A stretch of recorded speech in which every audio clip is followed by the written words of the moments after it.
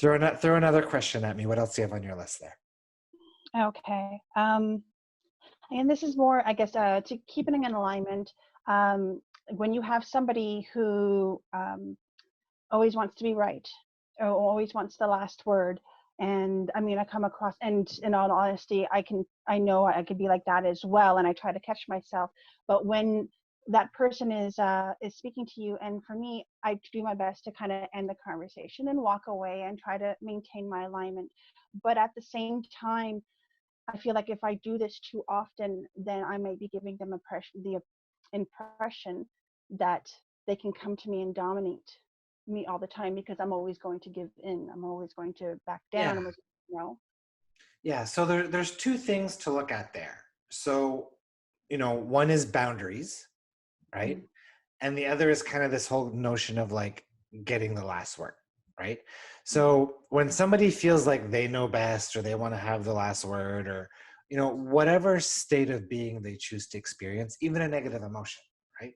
So somebody has the right to be an angry person if they want to be an angry person.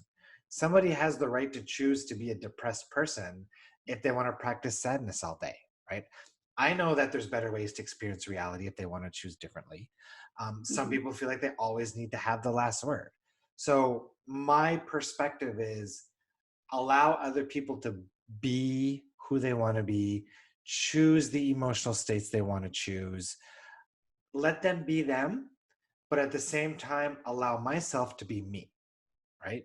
So if I'm fully allowing them of being them and fully allowing me of being me, that also means that I don't have to allow them to dictate or control me in any way, right?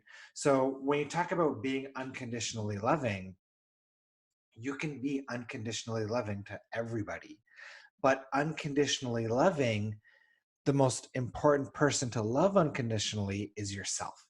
And being unconditionally loving doesn't mean allowing yourself to be a victim to other people's behavior and other people's perspectives, and the way they treat you. So it doesn't Mm-hmm. mean don't have boundaries.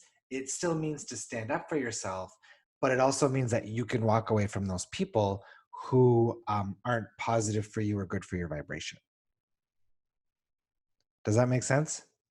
It does make sense. It does.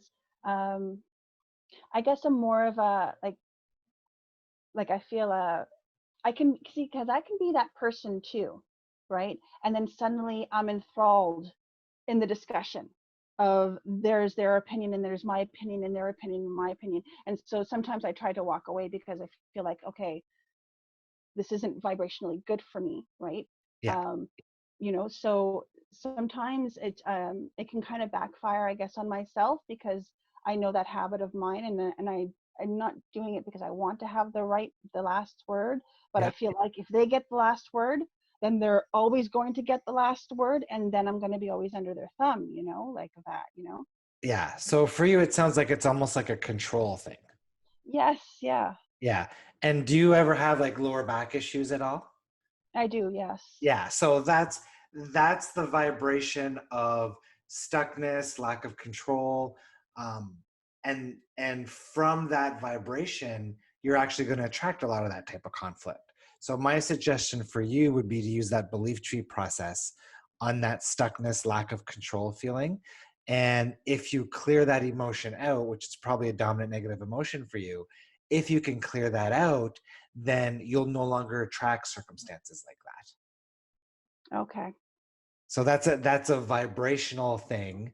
And I love how that ties into your first question Mhm. around other people being cooperative components to what you have going on in your vibration.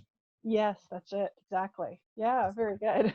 Awesome. Yeah. So what I would do is I would use the belief tree process on that, in the collective recordings, the January 28th and the April 5th calls. Okay. All right, sounds good. I will do. Awesome.